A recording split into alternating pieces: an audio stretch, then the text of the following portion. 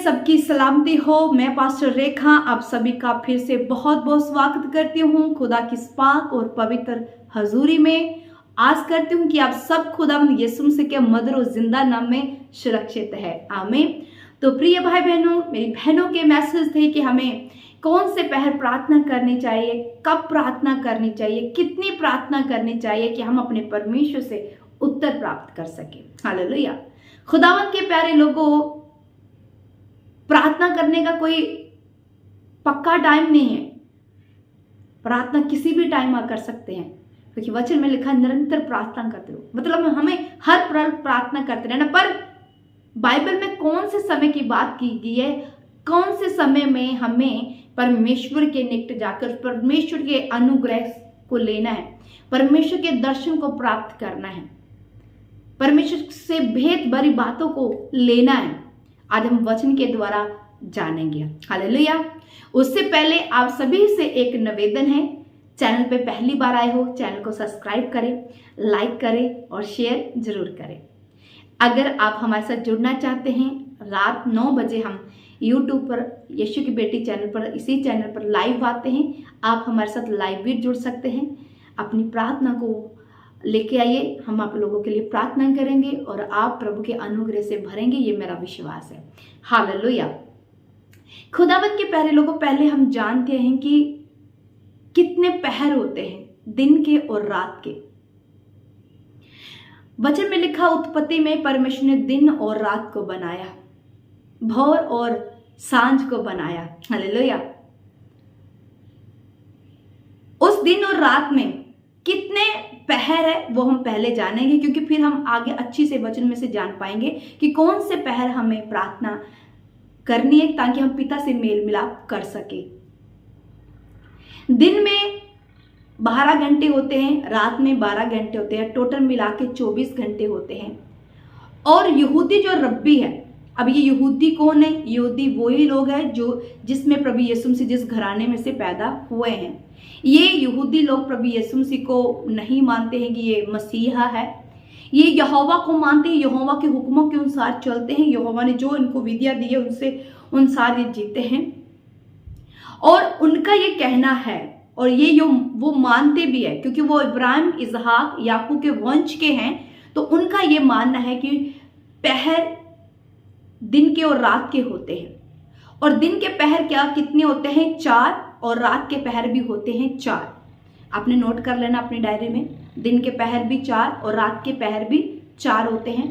दिन के पहर की शुरुआत किस टाइम पर होती है? 6 से लेके 9 बजे तक। 6 बजे से 9 बजे तक पहला पहर होगा। 6, 7, 8 और 9 ये पहला पहर है। 9, 10, 11 और 12 ये दूसरा पहर है। 12, 1, 2, 3 ये तीसरा पहर है। 3, 4, 5 और 6 ये होगा चौथा पहर। ये दिन के पहर बने हुए हैं, इसमें 3-3 घंटे होते हैं। तो ये 3 घंटों वाले 4 पहर हो गए दिन के। और रात के पहर की बात करते हैं, यहूदी रब्बियों का मानना है कि जब सूरज ढल जाता है तब नए पहर की शुरुआत हो जाती है, रात के पहर की। मतलब 6, 7, 8 और 9 ये पहला पहर है रात का। 9, 10, 11 और 12 ये दूसरा पहर है रात का। 12, 1, 2, 3 ये तीसरा पहर है रात का।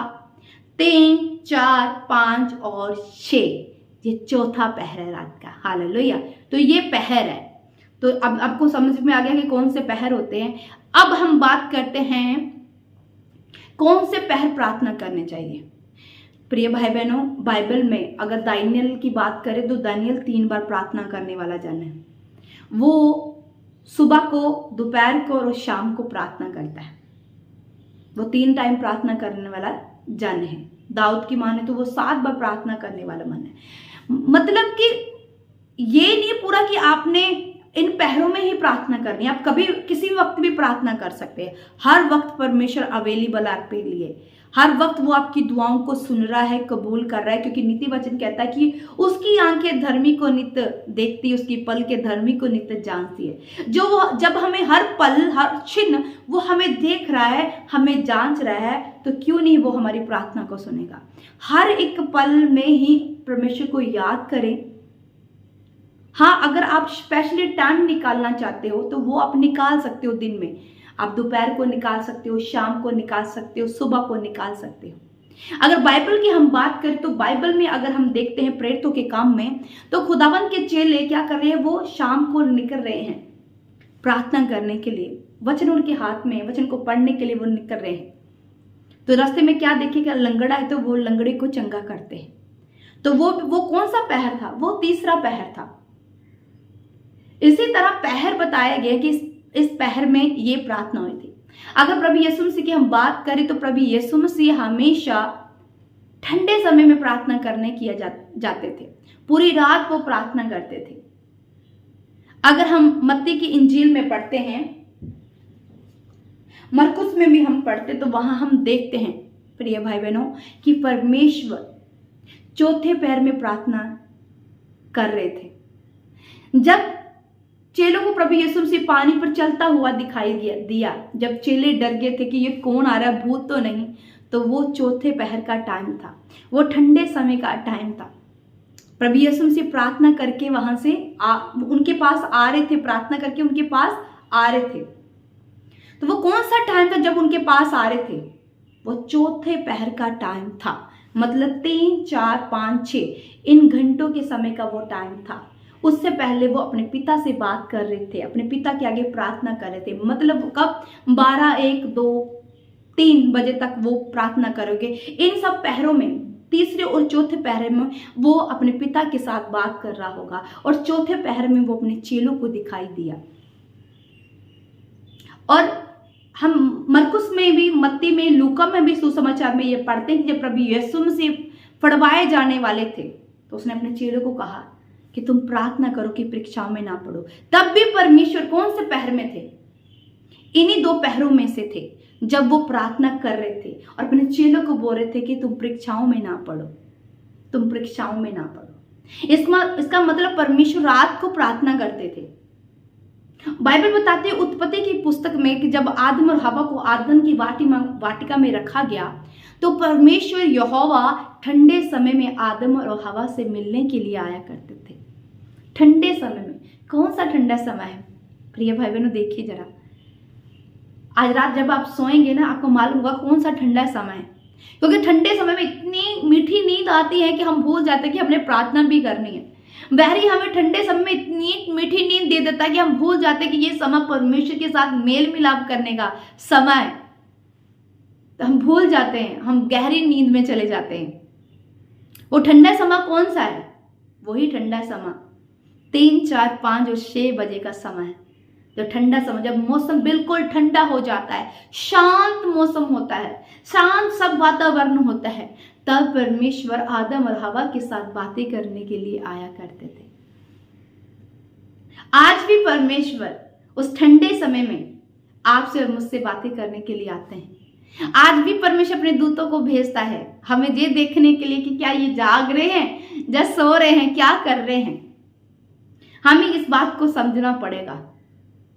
जब फिरौन की सेना इजरायलियों के मगर लगी हुई थी, जब मिस्र से निकालकर मूसा ने लेके आया था, तो आगे लाल समंदर था, तब भी परमेश्वर ने वो बड़ा चिन्ह चमत्कार किया। किस वक्त में किया था, इसी वक्त में किया था, इसी पहर में किया था परमेश्वर ने।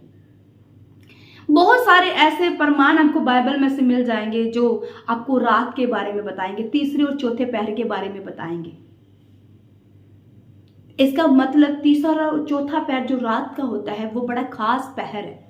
उसमें हम परमेश्वर के साथ मेल मिलाप कर सकते हैं। वहां परमेश्वर हमें मिलने के लिए आता है, वो अपना सिंहासन छोड़कर पृथ्वी पर आता है हमसे मेल मिलाप करने के लिए। इसलिए मेरे प्रिय भाई बहनों, ये जो समय बड़ा खास है, आप इस समय में प्रार्थना करें, क्योंकि इस समय में परमेश्वर हमारे साथ जुड़ने के लिए स्वर्ग से पृथ्वी पर आ जाता है। हालेलुया। वो ठंडे समय में जैसे वो आदम और हवा को देखने के लिए अदन की वाटिका में आता था, आज भी वो पृथ्वी में हमें देखने के लिए आता है कि हम क्या क्या करते हैं। वो सपने के द्वारा हमें बात करता है, हमें दर्शन के द्वारा बताता है, वो हमारी प्रार्थना के द्वारा हमसे बात करता है। आज भी वो ठंडे समय में परमेश्वर हमें मिलने के लिए आता है। और जो लोग ठंडे समय में परमेश्वर से बात नहीं करते हैं, आज बहुत बड़ी मिस्टेक कर रहे हैं, बहुत बड़ी मिस्टेक कर रहे हैं। प्रार्थना कीजिए, दिन भर कीजिए प्रार्थना, पर इस समय में जरूर प्रार्थना कीजिए, क्योंकि इस समय में आप ज़्यादा फल लेके आएंगे। ये समय जो ठंडे का समय है, ये आपके जीवन में ठंड डालेगा, आपको ब्लेसिंग देगा। हालेलुया। मेरा विश्वास है कि आप वचन के द्वारा समझ चुके। मैंने इसलिए आपको बताने की कोशिश की है। मेरी बहनों के सवाल थे कि हम कौन से समय में प्रार्थना करें। आगे मैं बताऊंगी कि आपकी प्रार्थना कैसी होनी चाहिए। जब आप ठंडे समय में प्रार्थना करें तो आपकी प्रार्थना कैसी होनी चाहिए, ये मैं नेक्स्ट वीडियो में आपको बताऊंगी। और मेरा विश्वास है कि जब आप इन वचनों को ले रहे हैं, खुदावन की गाइडेंस को आप ले रहे हैं, आप भी सेम नहीं है और मैं भी सेम नहीं हूँ, जिसके द्वारा परमेश्वर आपको अपना संदेश दे रहा है। हालेलुया।